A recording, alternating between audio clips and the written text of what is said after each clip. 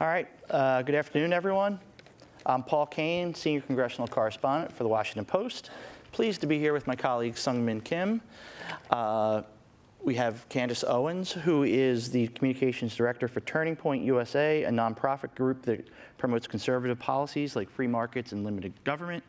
And someone who needs no introduction, the great Amy Walter, National Editor of the Cook Political Report. Amy, let's get started. I want to know, I'm going to put you in the hot seat. Just try to explain the lay of the land of what has been going on. It really seemed like 6 weeks ago, we all just sort of thought, okay, the Democratic wave is building. You know, they're going to win a huge amount of House seats and, you know, stay even or maybe pick up a seat or two in the Senate. It feels like something dispersed that wave. Maybe it's just a smaller wave. Maybe it's a tornado. Choose your metaphor, people. Give us the lay of the land. You know, Paul, I think the best way to think about where we are today is that we're having elections in two different Americas. There's an America where Trump's really popular, and a lot of those states are states where the Senate battleground is taking place, right? The control of the Senate runs through places like Indiana and Missouri and North Dakota and West Virginia. All of those, of course, are held by Democrats, so they have to hold onto all of those. And even the places where they need to pick up seats, right? If they want to either gain, or in this case, I think the best case scenario is for Republicans not to, for Democrats not to lose seats. They have to win in places like Tennessee and Texas, also where the president's popular. And then that's why, so that's the Senate map, where the president's popular. Where the president's unpopular is in suburban America, especially among white college-educated women. And that's where the House map, that's where battle for control of the House goes through a lot of those districts. Suburban Chicago, suburban Denver, suburban Dallas, Northern Virginia. And so it feels more and more like we're going to end up with an election night that everybody gets something they want. It's like a soccer game. Everybody gets a trophy. Everybody wins, right? But where the country remains as polarized and divided today as it was the day after the 2016 election, where there's going to be a big chunk of Americans who say, we like where the country's going, we like the president, we're going to support him. And they will have their victories, and a whole part of the country that says we don't like the president, we don't like what he stands for, and those victories will take place in the House. You could have you have a House that's blue and a Senate that gets maybe a little more red, or at least stays red, and we're back kind of where we started. Her most recent column, the headline, and cookpolitical.com was same as it ever was. For Talking Heads fans, you know, Come on, that was a great album. Do you want to sing? No. Sure. Yes. But I like that album. All right. Also, we will take questions on Twitter. If you guys want to tweet at us, we will. There are great people behind the stage here who will send me those questions. Let's see. All right. So, Candace, what is at stake for Donald J. Trump and his administration in this midterm? How important is it for him and his presidency going forward to 2020? Oh, absolutely. You know, Republicans have to maintain control. Otherwise, I think we're going to see the left, which has increasingly just done things to obstruct this administration. They're going to be calling for impeachment. And I think in order for him to push through his agenda, we have to maintain control. And I'm largely optimistic about that and agree with your assessment that I think it's actually spot on. What I'm particularly paying attention to is what the response will be to the Brett Kavanaugh hearing. I think that's probably the most interesting tidbit for me. When you asked the question, how did we start at what you guys saw as a blue wave and ended up at more what was looking like it could be a blue puddle? I think a lot of it had to do with people, at least that I know in my family. I come from a family full of moderate Democrats who were totally pushed away and turned off by that. I think it hit a nerve for some people, and it grew a little too theatrical and too emotional. And I think that people, most people would agree that due process is necessary. And I think it was a very scary take for some people to imagine a world where just based off of allegations, a person's son, father, husband's life could be ruined. So I think that we're seeing a lot of residual effect from from that period. Were your friends, your family, were they more impacted by what happened in the Senate Judiciary Committee hearing room and the overall allegations of how that was handled, or were they more impacted by seeing the protesters outside banging on the Supreme Court door? I think both. So, and my family, we have this group chat going. They make fun of me all the time. Obviously, I'm super conservative, and I started as a liberal.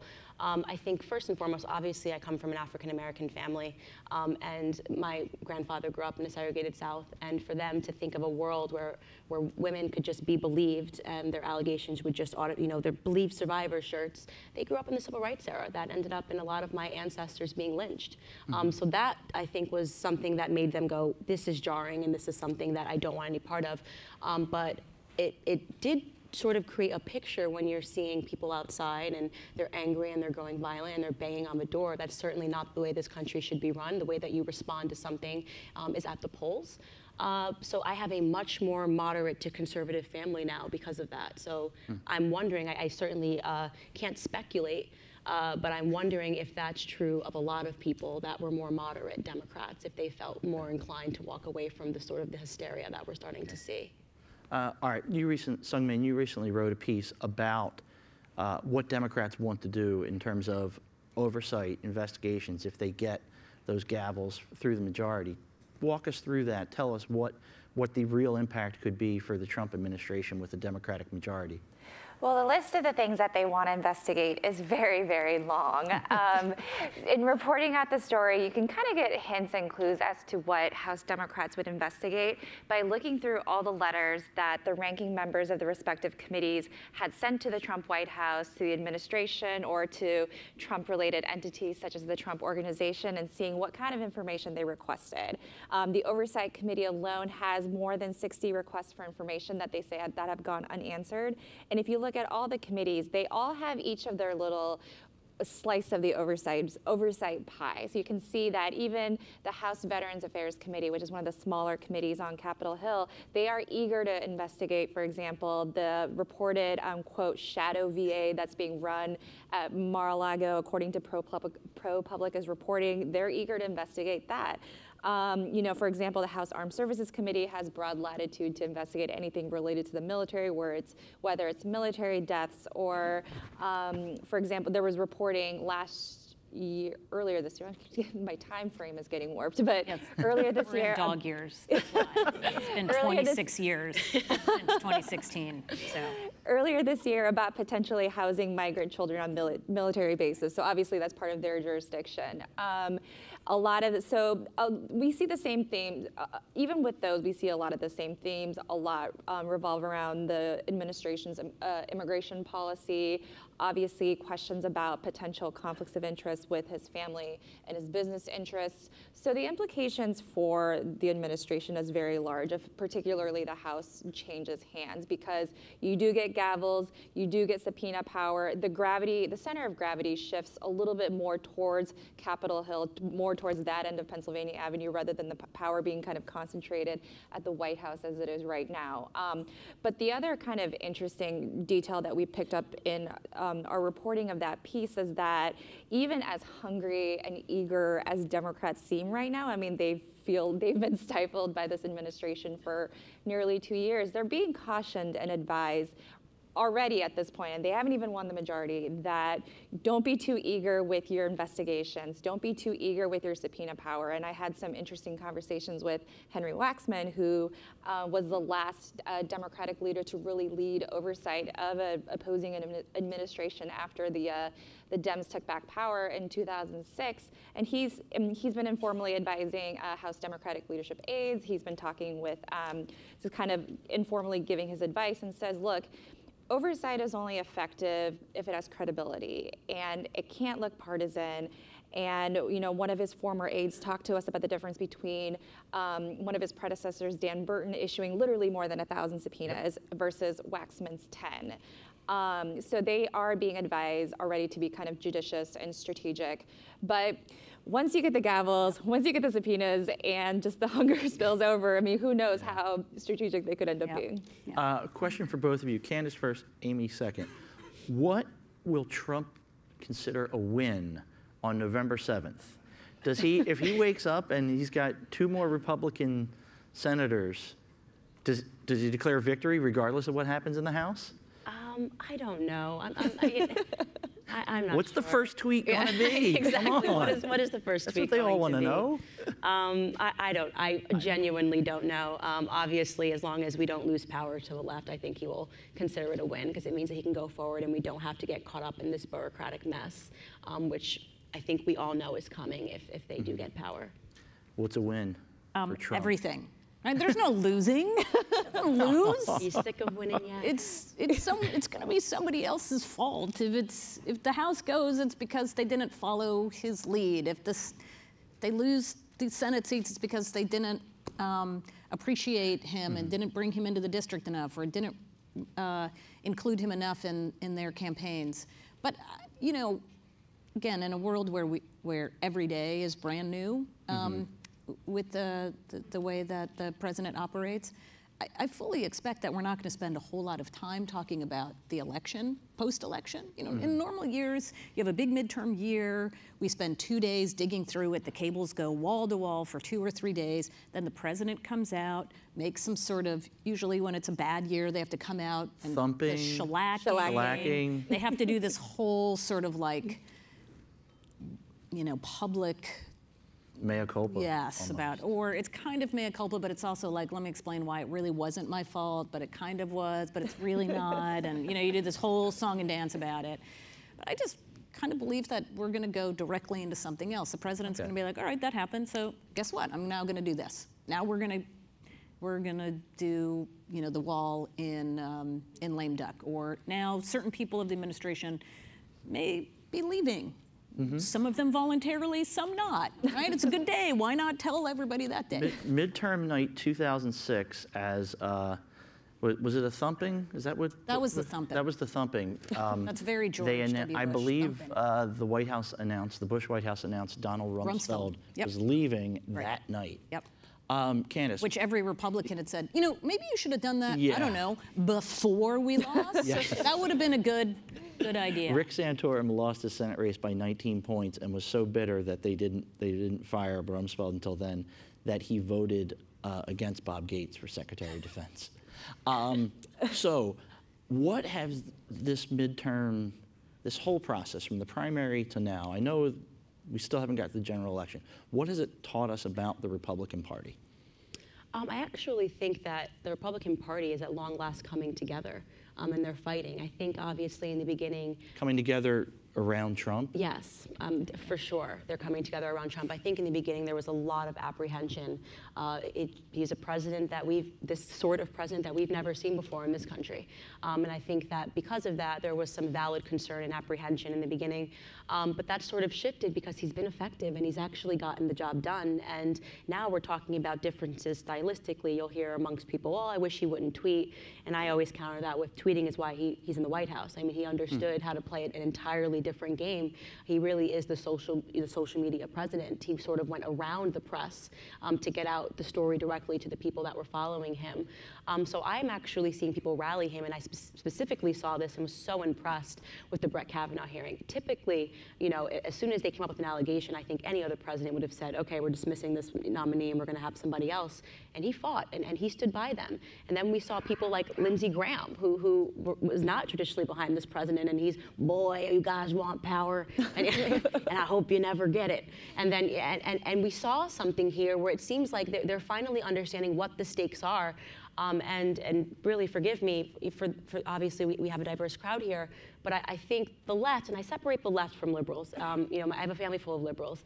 The left is fighting with extremely dirty tactics, and they want to obstruct this presidency at any regard, and I think the Republican Party is waking up to that, and I think that they are standing behind this president, and that's something that makes me really happy to see. Let's talk about the Senate. Seung, looking ahead in January, you have John McCain will not be there. You know, we lost him in August. Bob Corker, gone. Those are two chairmen of really powerful committees, Foreign Relations and Senate Armed Services. Jeff Flake is gone. How much different is the Senate going to be without some of those leading voices. I mean, we're pretty much left with Ben Sasse in that crowd of folks. Lindsey Graham might be the Judiciary Chairman. Yeah, exactly. It's going to be a very different Senate, and for argument's purposes, let's assume that Republicans retain control, so they'll all be the chairs. I mean, look at the current. I mean, if you look at the chairman of those two powerful committees for most of the Senate, you know, Senator John McCain at Armed Services and Corker at Foreign Relations. I mean, not only were they more independent figures who weren't afraid to speak out against the president's actions or his rhetoric, but they also had that extra credibility of holding the chairmanships. So I think a lot of times when Republicans did clash with this president, it was over issues of, you know, foreign policy and national security. I mean, we saw that the most acutely with the Helsinki summit over the summer between President Trump and the Russian President Vladimir Putin. And they clearly held an extra level of credibility because not only were they senators who had been here for a while, but they hold those chairmanships and they theoretically have power to do something about it. But look at who is succeeding both the men in their respective committees. Jim Inhofe of Oklahoma, one of the most conservative members of the Senate, has already taken over as chairman of the committee. He's expected to continue should Republicans retain control. And Jim Risch from Idaho, who is also, you know, equally conservative, and the Foreign Relations Committee chairman. He was right behind Corker in that seat. There was some speculation whether Rubio might try to hop over Jim Risch and try to take that chairmanship, but Rubio says he's not going to do that. He's happy in his position. I think it's fair to say that Senators Inhofe and Risch have been far less outspoken in their opposition to the president and the president's actions. So if there is something that happens in the foreign policy realm that isn't traditional, that goes against kind of the traditions of the Republican Party, it'll be really interesting to see if they choose to speak out, what they do, and how that influences the rest of the party. Because you mentioned Ben Sasse, he does tend to be outspoken, but he actually doesn't talk directly to the press all too often on Capitol Hill. Jeff Flake, very outspoken, will talk to us on almost anything, but he's gone next year. So it'll just be a different dynamic and how that affects kind of the rest of the party and rest of the conference. Because as you know, McConnell also likes on certain issues to defer to his chairman and what they say. And that really matters. Who the chairmen are and what they say really matters to the rest of the conference. Sure. All right, we have a question from Twitter, and I'm going to direct this to Amy because I think you're the best expert on this. Jesse from Twitter asks, what races are you watching for election night to indicate the blue wave, or a blue puddle, or a blue puddle, or whatever it is. A red What's firewall. You know, and let's sort of think of this. You know, we're going to, at 7 p.m., there's some polls that close, and we're going to start seeing the country come in. Right. What are you looking for? You know, the good news this year is that there are a bevy of races in the East Coast time zone. Pennsylvania, New Jersey, and Virginia. And those are going to, there are a bunch of races there that could tell us a lot about what kind of night it's going to be. Personally, I'm looking in Virginia down at Richmond suburbs, Virginia 7 race, which is Dave Bratt, up against Abigail Spanberger. This is a district that is pretty Republican, right? This is Eric Cantor's old district. These are traditionally conservative Republican voters, but the suburbs here have been moving in the same way that the suburbs in Northern Virginia have been moving, which is they trending much bluer than in the past. And if this is, if the suburban tsunami does happen, that is one of those districts that you could see it. Another one would be in New Jersey with Tom MacArthur. And this is a half Philly suburb, half more. It stretches from the Delaware River all the way to the Atlantic Ocean. It's really complicated district. That's my voting district. Okay, so there we go. You can decide to do that. And also Maine, which has one congressional district that we're talking about. So where do those go now? If it's a split decision, you know, we're going to have to wait later and later and later into the night to really appreciate it. The other thing we know is California has a bunch of races that are important. California, because of they have early voting, they have vote by mail. It takes them a long time to count and certify the votes. So we could be, that is my nightmare, is we could be waiting for a while to get those final votes counted and to know who actually is in charge. All right, we're going to wrap up. Candace, I'm going to put you on the spot. This is our last question. It's just a 2-word answer. Who will be the Speaker of the House?